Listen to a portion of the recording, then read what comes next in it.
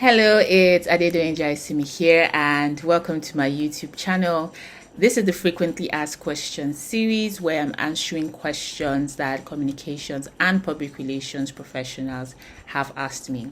Today's question, now this is many questions bunched into one with a related theme of beginning a career in communications, transitioning into communications from another background. And so I'm going to take it all together, but I'm just going to read out some of the questions. So someone says, how can I start a career in communications as an English graduate? Where do I start from as one transitioning from banking into public relations? Do I have to get a degree or professional certification before anything? What are the several ways that I can navigate my career change? What certificates would you advise for a communications professional coming from another background? How do I move on? And I like this question. How do I move on when it seems I am underqualified for all the jobs I'm interested in, knowing fully well that I can pull it off, but the organizations are unwilling to employ me? These are a lot. But like I said, they're interrelated, which is why I put them together. So I'm going to do my best to answer them. One of the first things that I'm going to say is that if you want to transition to communications from another discipline or background, you need to download Transitioning to Comms Guide, which was released by the Comms Avenue last year. You'll find some useful tips and strategies that will help you in your transition. Now, some of the tips that I'm going to share will be things that you will find in that guide, so please definitely download and read it. But the first thing that I'm going to say to you is you need to look at yourself and say, what am I really, really good at? The thing is that communications, there's so many transferable skills. So the last question that the person was saying, oh, organizations are not giving me a chance and all. Yes, that's probably because they just feel you don't have the experience. So what you need is an opportunity to demonstrate that experience. And that opportunity does not have to strictly be in the context of a 9 to 5. I think that that's where sometimes people get stuck. So you really want experience and you feel like only a corporate organization can give you this experience. But the corporate organization is saying, nope, I need you to have experience. I don't trust that you coming from this background of geology can do this work. And then you feel like you're stranded. Always, at all times, think creatively about what it is you want to achieve. So what I usually do is I want to get to a certain place. There are many ways. I'm not rigid in my approach that it just has to be this way. When you broaden your mind, you're able to see doors and opportunities that get you closer to where you want to be. So starting off with your transferable skills, what are you really, really good at? If you look through my comms career guide, and I think that maybe next year I should release an updated version of that guide. But if you look at that guide, it shows you the core competencies you need to succeed in a communications role. So if you are a fantastic writer right now, you already have a skill that communications professionals or a communications team department needs, right? If you're good at content creation, you have a skill that is needed. There's an aspect of communications called digital communications. So you need to know, what am I really, really, really good at? And how can I transfer these skills into this industry where I want to belong, where I want to practice? Now, the second thing I would say is now find openings that allow you to demonstrate, to allow you to learn and also demonstrate that you have value that you can bring to the table. And this is where I would always advocate for volunteering. I have people that have written to agency owners to say, you know what, let me come and work 2 months, don't pay me anything. And someone may roll their eyes and say, are they doing the economic situation in the country? Yes, but you have to think long term. If for 2 months someone gives you an opportunity, come in 2 months to intern, and you then get that opportunity, you decide to maximize it in such a way that they are like, no, we have to keep this person because this person is such a valuable person. In the long run, that benefits you. It's how you use those opportunities that matters the most. So I will sit down and I will say, okay, this agency, can I go and shoot my shot? Some people may not answer you. Some may tell you there's no availability. Some may say X, Y, Z, but at least you're putting yourself out there. You are volunteering. There are professional associations, events, things that are happening, conferences where they need communications professionals, please go and volunteer. If you've read my book, I talked about how I volunteered for the WIMBY's annual conference, being part of their communications team. I was part of the communications team for the Nigerian Economic Summit as a volunteer, and those experiences were invaluable. So just imagine and I did that mid-career. So imagine if that was me transitioning, for example.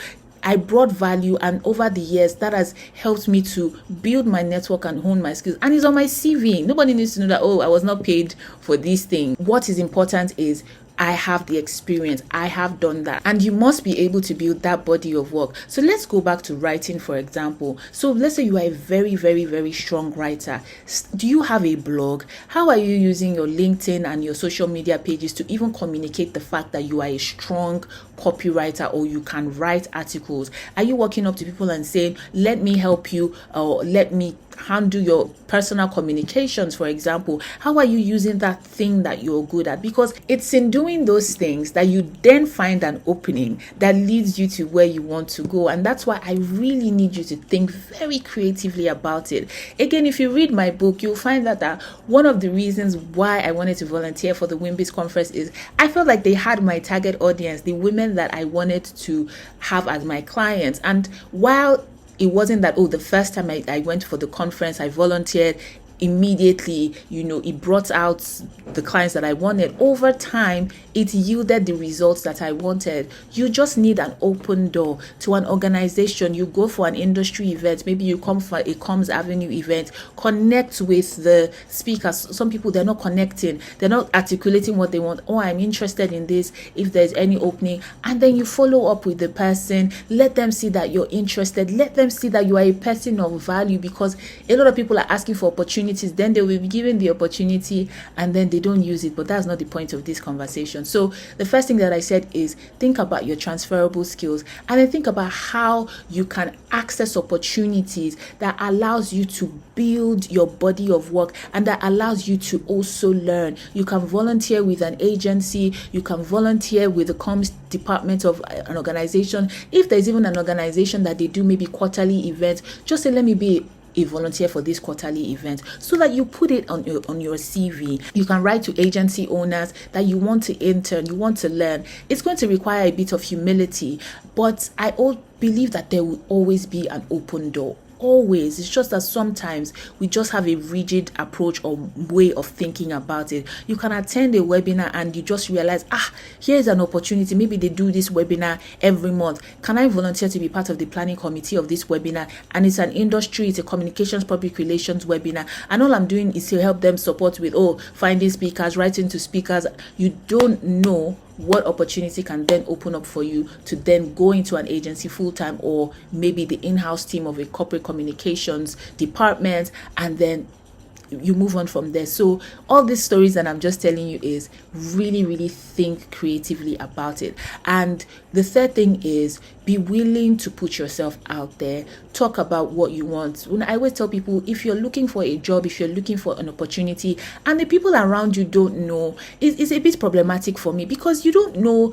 When people will meet people, sometimes I'll meet someone somewhere and say, Adedoyin, I need XYZ expertise, or I need someone that can do this. And because somebody had mentioned that, they're interested in so, I was like, let me connect you with this person. I just asked them to send my CV. And that brings me to my next point. Please be prepared for the opportunities that you are asking for. If you meet an executive that is willing to give you a chance, how are you going to communicate your value? Is your CV updated? Do you have a portfolio? I know you say, I don't know, but I'm transitioning into comms.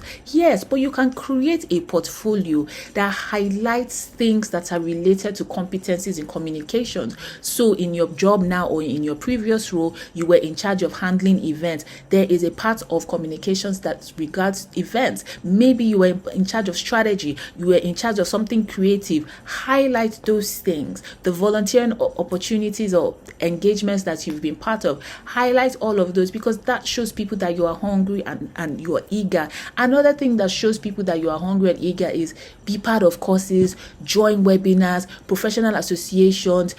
Just go on their website, be soaking in the knowledge, because an opportunity will definitely open up to you. You can see that I'm quite passionate about this thing. Okay, now the final question, or before I go to that final question, somebody was asking about certificates. Now, it really does depend. You can decide that you want to do the CIPR diploma. In fact, the CIPR, they have a foundation, I think it's foundation certificate that you can start with. Maybe start with that. Your local professional association, there's the PRSK, there's the IPR, there's the NIPR. You can also start with that, depending on what your budget is and what it is that you want to achieve. But don't become so fixated on certificates, because again, the biggest barrier that you're having is experience. I would say that you should slightly prioritize experience, right? Because that's what you need. And then when you break in, you can then say, okay, what certificates do I need? Because experience is what the barrier is right now. So I won't go so much on saying, oh, there's so many certificates. Professional associations have their certifications and all of that, and they are great. But for you who is transitioning, you must be able to demonstrate that you can do this thing. You can gain all the knowledge in the world, but if you haven't put it into practice, nobody's going to believe that you can actually do this work, right? So the final one is moving on when it seems being underqualified and knowing that you can pull it off and organizations are not willing to employ you. Now, I know that it can be very frustrating getting the no's, getting the rejections, but you must have an optimistic outlook. You must believe that something will open up to you. You must believe that there is a yes somewhere. I know it's not great to get the no's, but that perspective is very, very important, because that allows you not to give up. That allows you to keep pushing. And when you keep pushing, you will find that yes, right? So if these people are saying no, why are they saying no? And then you then begin to think creatively. Okay, this organization has said no. What other way can I approach this? How can I do this? If you're in a community like the Comms Avenue community, put it out there. There are people that have gotten opportunity just by saying, I am new to communications. I'm looking for an opportunity to learn and intern or do XYZ. And people have actually gotten jobs from that. Someone says, you know what? I have a project that I'm working on. Do you want to support, or do you want to learn, or do you want to be part of it? So community is always important. I'm talking about what it is that you want, and be unashamed about it. There's nothing to be ashamed about that you are transitioning and you're looking for opportunities. Say it. Everybody around me, when I'm looking for a particular kind of opportunity, people know, because like I said to you, you never know what way this opportunity is going to come. So you must be ready and you must be able to articulate it. So think creatively about, okay, this door has closed. How else can I do it? There's someone that they got a job just from their LinkedIn content, and the employer approached that, I like your content, can you come and manage content from us? And I kid you not, this person was just creating their content, just doing reviews and all, and got a job. So what are you doing with what you have in your hands?